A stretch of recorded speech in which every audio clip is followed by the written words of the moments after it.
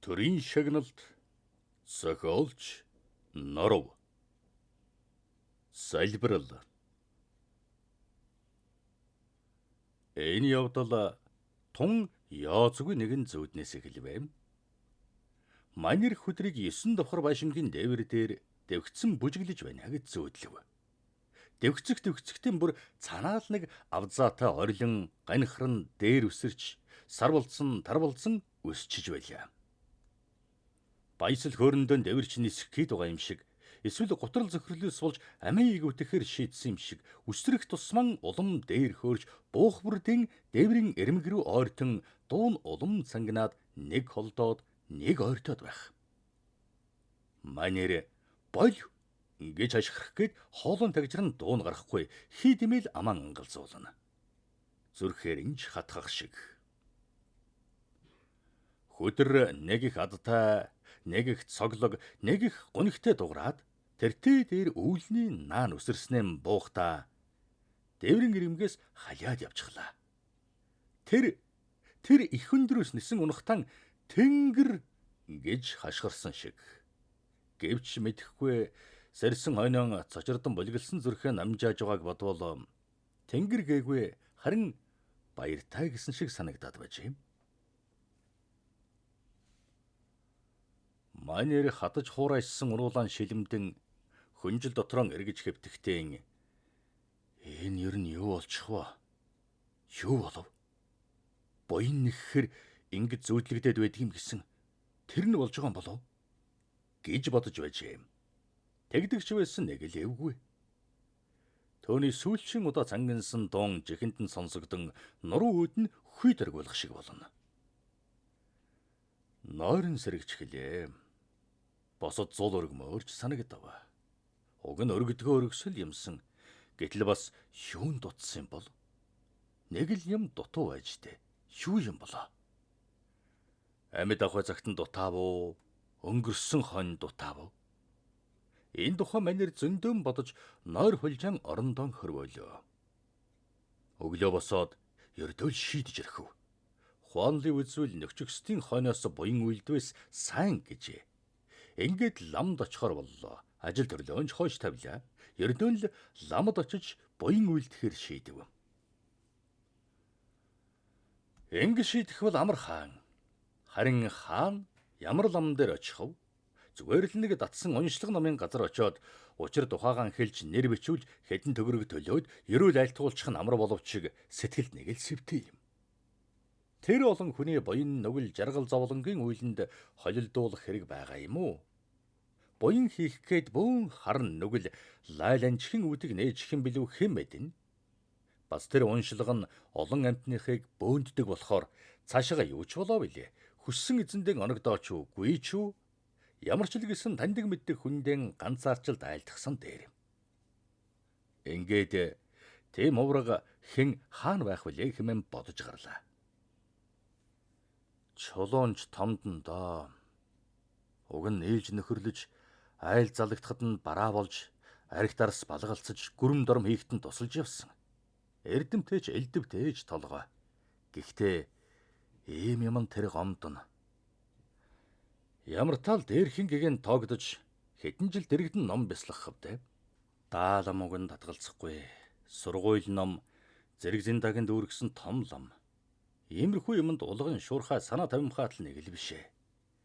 Өөрийн гисэн датсан сүмтэй болоод ч тэр буян ном гэхээсээ бурхан дахил хашаа хороо гэх нь илүү болчихсон хүн шиг санагдаад байдаг юм. Энээсээ болоод зулайн халзарч махан толгойлж яваа юм шиг. Уг нь яг л таарах хүн бол дүнхүү гавж л да. Гавж гэдэг нь ч багын хож шим. Дунд сургуулийн торчхор хөх банд байхаас л өвг эцгэн дагаж майнын шидэн давтаад үсийн хусуулчихсан хүн. Хожим хүрээ хийдэж шавлын сургууль номыг нь заалгасан байх. Харин дүүргсэн эсхийг бөөмөд ямар ч чадваргүй гандан хийдийн дэргэд дөрвөн хантай гэр барьж тортог хангалсан баримтыг шоголтой ном хураагаад 10 тал хомоолоор данг цай буцлагнаа гэд элэнхий модон орон дээр завилж суугаад дуулцсан. Тэр өвөл нэг тааралдахад өөрөө ойсон болов гэмээр мөрийн сарын ойдолтой лам захтай төв өстэй пөөнөгөр улаан дээлтэй зулаг нь хэдчихсэн Монгол готлон мөссөн атлан сэртгэрч ихтэй зуны тоорцог тавьчихсан явсан. Дараацсан уулзахад толгой шалдан эрүүн дорон төөх хэрийн ямаан сахалтай нэг явсан. Ямар ч л игээсэн хорвын дэм амсалгүй номын мөрөх хөөсөн хүн. Харин тэгж харн ялхаасаа номд нэвтэрсэн гэхэд дээшээ гарсангүй байдгал нэг хурлын дам дуулдах юм. Тэр маань нэр нь хаа явдаг юм бол? Сурглаад явбал олдох болов уу? Манер гайгүй сайхан хадаг өвөртөлж аваад гандан хэд орох замдан өөр хэн байх вүлээ гэж бодсоор явлаа. Мэдих таних ганц нэг банд санаанд орох боловч тэр дээ өдий хөвсөргөн насан дээр ном чимтгэсэн огт чамдах нэг үздэй. Манер оромдуулахыг огт хүсэхгүй байлаа. Гандан хийдэд эргэлчин мөргөлчин заримдаг. Хүүхэд агуулсан эмгэд хөдөөний болтой мөргөлчөд тэнд энтхэн сонон мөргөж соврог хүрд эргүүлэн зарим нь хөхбөх хооллож явна. Боян бодсон мөргөлчин хоногийн хоол горьдсон гуйлагчин мэргэлж төргөлж төөрөг заяа үзэж сан тавиад өгөө гэсэн мэгчин ёс бодож гэдийсэн баян эрхэмтэн янз янзын хүмүүс харагдана. Анир намхан их хийдийн хүрээ хотод хаяа сөрөг тагтаад ирхийг хонг чингэнэх дуулдаад чимээгүй болох нь зүудний орныг санагдуулна. Манер хийдийн их хүрээнд орох хүмүүсийг амдан зогссон долдоо харц гуйсан царайтай бэвгэр наймаачаас хөх боход атга бодоо авснаар буйныхан ажлыг эхэллээ. Шууд ижигч талигаачийн хойноос үлдэх бас нэгэн буян. Бас хийдийн их хүрээнд хичнээн соврог байна, төөнд мөргөж хэдэн зуун хүрд байна бүгдийг нэргүүлж датсан дуган бүрийн шүтэнд хөрч залбирал үйлдэй гэж боджээ. Ингээд эргэж мөргөж гуйж залбирч гарлаа. Угаас сүжиг сэтгэл буурай мөргөл залбирал төдийлөн үйлдэж яваагүй тул бусдыг харж дуурайн чадах хэрээрээ л мөргөлөө. Мөргөх шүтэнд нь мөргөж өргөх шүтэнд нь өргөлөө. Задгайд хэдэн төгрөгөөн дуусгаад сүлдэн бүхэлдөө мөнгө өгдөг болов. Нэгэнтэл боён нэхэж байгаа талигач дан гэж яваа хойно хармын сэтгэлээр яах вэ хэмээн шийдсэн юм. Харин нэг л мөргөлийг жаахан долимгхан хийчихвү дээ гэж сүүлд нь бодож байлаа. Тэр бол гол дугны үүдэнд сунаж мөргөх мөргөл байлаа. Энэ нь эхлэхээс нэг жаахан тээмхэн болжээ. Мөргөлчөнгүй нэг сунаж мөргөх вандангийн дэргэд очоод тавир өмднийхэн өвдгөөс дээш нь ихэд татан байж өвдгөл нь сөхрөгтөн бие барьсан дэргэр пальто дэргүүд ховцсон ин мөрөхөд огтхонч зохилдоогүйг анзааран эвгүйчлээ. Тэгэд мөлийж гэлайсан вандан дээр гар гулгуулах хоёр хэсэг цэмбийг өөртөө ойртуулснаа хэдэн удаа сунаж мөргөх учиртайг мэдэхгүйгэн сая санджээ. Баруун тийш харвал энгэр дохойн гялайсан хүрэн дээлтэй эмгэн нүдэн тасанаж хөхөлбий умгар уруулан хөдлөгөн сунаж босож байна. Манер төвнийг баахан ажилласнаа нэг өндөх завдааг нь ашиглан "Эмээ, хэд мөргөл болдг юм?" гэж асуулаа. Цаатхан нүдэн аниастай хоёр гар зулай дээрэн хавсран залбих зураан 100 гэж дуурчээ. Манер эмгэний атгар бие өргөн вандан дээр хэрхэн сонон унаж хар хомстой махир дахир гарна хэрхэн урагшаа майжин тэмүүлвч урт вандангийн дөнгөж дунд чинээнд хөрч байгааг ажигласнаа чинхнээсээ сүсэлж мөргөнөө гэж энийг хэлдэг байх та. Да энэ эмгэн чи 100 мөргөх хэрэгтэй биз дээ. Бэж одоо 100 нь юу юм? Талигаачийн насны тоогоор л мөргөчих гэж бодоод мөргөж гарлаа. Сунаж мөргөхөд пальтон шилэн хүзүүн дээр гарч ирээд өдөг дээрэн өндий залбирахад доош хүлхийн буухан эвгүй санагдаад нэг л хачин.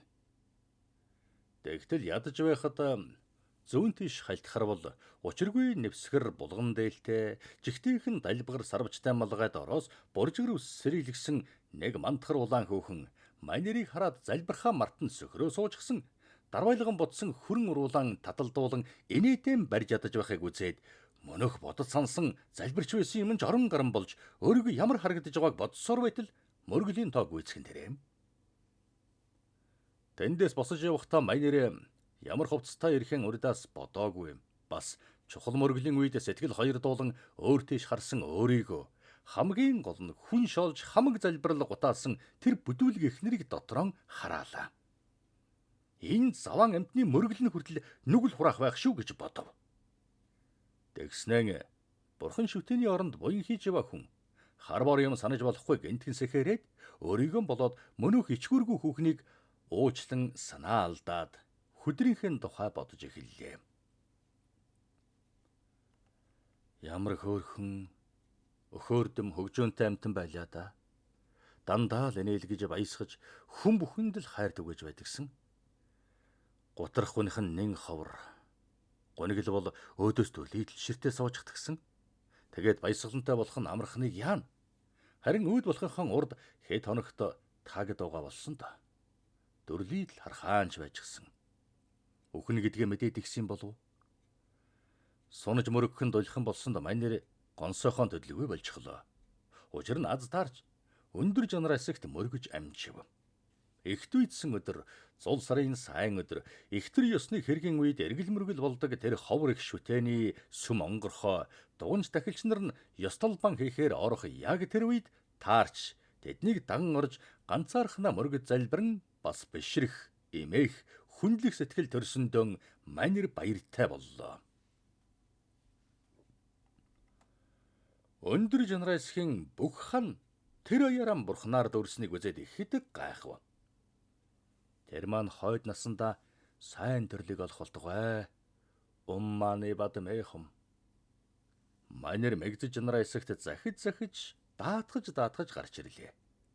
Тэгтэл буйны мөр гэрэлтэх шиг болж хитгэн алхаад хэрэгтэй хүнтэйг дайралтхан тэрэ. Хийдийн горлом дотор сулдан явсан тэр идэрхэн ламыг үзмэгцэн манерийн дотор баяр ургаад л явжхав. Ноднын сун ус нутагтан амарч явхад энэ лам оччихсон. Ойр тойрныхны сүлд хэмэр шингэсэн хэдэн хайрхны 5 жовоог 3 хоногт багтаан дахиж бүх барилдуулж, морь уралдуулж, бужигнуулж байсан. Тэгэхэд танилцсан юм. Ямар ч гэсэн нутгийн гэж болохоор бас ч ураг саднаас нь мэдэх хүн тул дотн санагдав. Өөрийн хот хүрээнд өссөн гэх авчиг эхийн тал нь манертэй яхарахгүй нэг голох юм. Тэр үед манер олон овоог ингэж бөөндөж дахиж болдг юм уу? Эцэд савдагууд нь хүнд мэд дутаав гэд гомдохгүй байгаа да гэж асуугаад хайрхны эцэд савдагууд аль нэгэндээ атаарахгүй харин ч сайн гэсэн бас нэг тиймхэн хариу сонсоод өнгөрч билээ. Харин өглөөнөөс хойш сэтгэлдээ нь лам эрэхтэн төвнийг сансангүй одоо бол барайд авдаг хэрэг. Бас ч үгүй багш лам юм гэдэг шүү. Оо ах хүү сайн уу гэж эрээгүйхэн мэдлээд хэв болсон хэдүүгийг солилцох зур хүзүүгэн базалж шилээ ширгэн хэд хэхрэх аядснаа нутгийн дүн яхав дээ хичээлийн заалгаад л гэснэн ахад толгооны юм байна уу толгоо өвдөд гэж байна. Манер байхгүй гэлтгэн мөрөн хавчаад лам хүн толгоогоо өвдөгдөг юм уу гэж нэлээд дотн ахархуу нарган хийхтэн ноднын овоо тахилгын үед цагаан хоолтон хэмээгдэж өрөм бяслаг будаа чихэр тэргүүтнийг сүүнд буцалган зооглож бас ч бор дарснаас хит сүрхий татчихад хөлсөө арчин суусныг санаж билээ. Угэнч толгоо өвдгөр уугаагүй юмсан гэснэн лам ах тэгээ ямар ажилдаа явна гэж бас хэнэггүйхэн асууж хийдийн горлон дотор яваа лам хар хүнийг харна. Нэг буйны ажиллаар. Өө тийм үү яагав гэж шамдангу асуулаа. Нэг талигаач хойноос буюу үлдэх болоод ёс номыг мэдэхгүй учраа олохгүй л явж байна. Гэвэл сөрхий завинангүй болж залуул. Гэхдээ тэгвэл би туслаад өгье л дөө. Ямар байна? Харин зүүдлэгдээд болдгоо. Буян нэхэр тэгдэг гэвэзтэй. Харин одоо яамаар юм бэ? Гэвэл лам эрхэн гарган шавтрах зур бяцхан эргцүүлснэн. Тийм үү. За хийшлий. Гэсэр манерийг нэг хэдэн сэлдэн ширээ сандал баахан шогол номтой өрөөнд оруулж суулгаад өөрөө жинтүү зөөлөвчтэй сандал тухалж өврийн судар бяцхан хайрцагтай хэрэгсэл зэрэгэн өмнө нь тавилаа. Ингээд эрхэн хэдгүүлгснэн манерийн төрсөн жил сарыг асуув. Нэр нь хэм бэлээ? Тэр хөөрхийн? Хөдөр. Талигаач хизээ өнгөрсөн юм. 2 сар болж байна. Ямар жилтэй байсан бэ? Хулгана. Хулган жил. Хэдэн оны хулгана? Саяхны бага. 13-ны жил нь орж байжээ. Яг тийм. Хөөрхий харны алхаараа амтан байж хэмээн Царай нь улам зовнингуй болоод өврийн судраа нэн хэд эргүүлж юм хараад бас эрхэн дасалж тоолж байснаа та нэг хоёр тоо хэлдэ гэв. Юу? Санаанд орсон хоёр тоо хэлээ ямар ч хамаагүй. Манер хэлв. Лам тэднийг цаасан дээр бичиж тус тусад нь дөрвөлжин хүрээ хийгээд дээгүүр нь сараач нь дарж нэлээд суулаа. Тэгээд эрхэн бас нэг гүйлгэж тоолоод. За ах минь танд жаахан таагүй юм байна да. Тэгтээ хэдэн ном уншуулж засхийлгээд зүгээрээ. Ямар ном бэ? Би бичээд өгчий. Та очиод уншлага бичүүлээд хурал айлгачих. Тэхүү. Гүг ах нь уг нь чамаар л бүгдийг хэлчихмээр байна. Адилхан дөө. Ном засал чинь нэг юм чи. Тэгээд тэр олонныхтой хойлогчтой. Тэгээд чи ганцааранд нь бас өөрийн хүнээр хийлгмээр байгаа юм. За тэгж байгаа бол яг би уншаад өгье аха. Нотгийн ахта татгалзал эвгүй юм болно штэ тийм ээ. Уг нь ч бол ялгаагүй л дээ. Чи угтаа хий зай үүсгэж сэтгэл засч байгаа юм штэ. Яг дүүн хийгээд өгье. Танай талигч даанч хар нялхаар юм да. Хөөрхий. Насын хэмжил ягаачгүй ээжтэй. Алтан савны хэлэхэд юу гэж бов? Амьтны тусыг л бүтээж байвал хэн ч яах вэ? Одоо ямар буцаагаад босгоод ирнэ гэж байх вэ штэ. Хойд мөрийн шулуутгаж игвэл бидний чадхал юм тэр. Уншлаг засал үд хэвэл гэж дууслаа. Гэртээ харж эдээ удаа захиж ирэхээс эхлээд бас нэлээд төвөг хийлээ. Гэвчиг буйны ажил өндөрлөхөд манерийн сэтгэлж амарлаа. Ингээд мөнөөх ламын номын өргөнөөс гарч явахтаа гинтхэн санаж дөнхүү гавж хочдоон сургал бол харин лам нэлээд цочх маягтай болж та танд юм уу? Ловонгүй 10 жил хамсарч байсан юм аа. Одоо тэгээ ловонгээ ч болчихсон юм уу? Болохоор барахуда бидний ганц юу гэж ганц айлгадаг баг шүү дээ. Дөнхүү юу? Айлгахаар барахуда манай томчул ер нь том баггүй ч ирэх штэ. Ёстой дөнхүү царайж угаад баллаж мэдэх толгой шүү. Тийм үү? Тийм шүү. Тэр яадгийн? Ном хэлцвэл гартуул сална. Үг хэлцвэл мадлаж байж болно. Бэрхүн штэ. Манайхан хамбаг эсгүйгээсэн эхлээд цөмөл айдаг юм. Тийм үү? Заавал тэрнтэй уулзч болох уу? Уулзч яах юм? Хаана байдгийг заагаад өгөл дөө. Хэрэггүй ах уу. Сэтгэлдээ зөв хураахын нэмэр яах? Гүчи заагаад өгөө. Би ядаж барааг нь хараадах юм. Ямар болж ив? За яах вэ? Тэгвэл очаар да. Цаад чи заавал нэг зөв юм хэлнэ. Тэр нь санаанаас гарахгүй штэ. Согчин дугны хурал завсарлаж, лам болон мөргөлчөд гадаалж, цөөн хідэн хувраг цав манжаан гүйцэн зооглох гэж шавдан дээрээ бөхөлзөн дуганч тахилч нар нь балин зулаан сэргээж явна. Олон зул цагилгаан дэнгийн гэрэл байвчиг дуган сүмийн дотор харанхуй втер сүрлэг ноёрхож байдаг нь хачи юм шүү. Тэр хамбын сэнтийн наан гэж эдэр лам шивнээд бушуухан гараад явчихлаа. Заасан хүний хар бол харааны том шилтэй, өргөн хар хяазтай, шар торгон дээлэн дээр нарийн носон даван орхимжин нөмөрсөн, хожгордуу данхар толгойтой, малгар улаан лам эрхэн гүйлгэн, майн уншид сугаан, нөгөөх дэрчгэр хөхөд дөнхүү гавж мөн гэхэд бэрхэ. Майнэрэ баруун мөрөөд өгсөн хоймор гарч, гол шүтэнд мөргөөд, эргэж малгаагаан барьсаар дөнхүүгийн өмнө очивол, цорвгор уруул, хамрын сэртгэр угалз эревний хонхорхой мөн байлаа. Манер яагаад чим өөрөө мэдлгүй шивгэнэн бөхсхийн амар байна уу гэж мэдлэв. Дөнхүү гавж завхон өргөж зузаан шилний цаанаас том харснаа ёор ажирсан шинжгүй. Өдөр бүр уулздаг хүнтэйгээ ярьж байгаа мэт тайван тогтун хөдөлж. За сайн уу? Та нар сайн уу? Чи юу гэж явна вэ? Гэсээр эрхий хурууны арын хонхор дотор шар тамхид өөргөн хамартан хүргэж ховхсороод шилэн хөөргөн өглөө. Манерэ баахан бажигдасгийн хөөргийг авч өнөрлөөд буцаахтан би сайн уу? Би бараг зүгээр шахмаа. Нэг буйны ажиллаар гэж яаран хэлбэл тэгээд бүтээ юу? Гэж асуугаа дөнхүү тэрнийг нэг сүрхий харснаа эрхэн авч шавтран гүйлгэж үзлээ. Бүтлээ гэж манер ихлэхэд толгой өргөн сэнтийн хашлага тохиолдоод нөдрүүн игцхарлаа. Махалж таргалсан боловч би яриг танк амгалан явсныг ирж болсон булбрайдуу цэвэрхэн нүүрэнд нь баг залуугийн танил ёжтой нэвхээлд ээлдэг гэрэлтэв. нохой долоо. Буйны ажиллаж гэж дээ. Гэхдээ чинь нохойг хүн болох гэж яв амьтан байна штэ. Их болсон 6 зүйл хамаг амьтны тусын тулдаг гэдэг шигэсэн. Одоо чинь хүнийг хүн болох гэж чадахгүй ядаж байхад хэмээгээд үнэн байз гэсэн шиг цоо ширтгэхэд майнер элгрүүгээ нодруулсан юм шиг навцс хийж үлээ. Яаж мэддэг байна энэ дүнхүү? Амар амгалан бодмөрийн биелэл болсон их хийдийн горлмоос гарч явахдаа майнер дүнхүүгийн гарахын өмнө хэлсэн. Хүн нь нохоо болох гэж зүтгэдэг өнөө цагт чи харин хүн хэвээр айл байгаа юм байна гэсэн үг хүт хийсэн хоолой угийн хөхинэд жихэнд нь хангансаар байлаа. Ийхүү хүдрэх хэмээх бяцхан хөөрхөн хавын хойноос үйлдсэн буйны ажил дуусав. Майнер хүдрэг гэдэг нохойтой байлаа.